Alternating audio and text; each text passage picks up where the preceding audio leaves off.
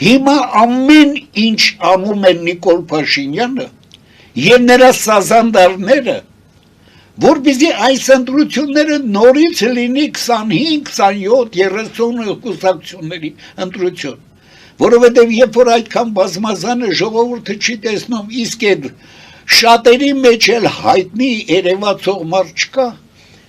առավել եւս ամենասարսափելին է, որ երևացող անելիքների ծրագիր չկա։ Բոլորը գնում են այսպես գեղեցիկ խոսքերին ասում մենք որ գանք սականենք եւ ոչ ոք չի ասում հետեւյալը։ Ախպեր ջան, ինչ եք անելու, գալիս եք իշխանություն վերցնելու։ Իշխանությունը վերցնում են ընտրությունների իմաստը նորմալ երկրներում նա է,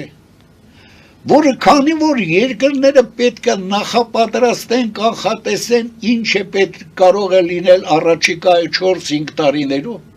Սովետ միությունը այդքան հիմար չէր, որ 5-ամյա պլաններ էր, գիտեք երևի ամբողջ պատմությունները, գոսպլան կար եւ այլն։ Ընտրությունները դա առաջիկա 5 տարիների ծրագրի ընտրություն պետք է լինի։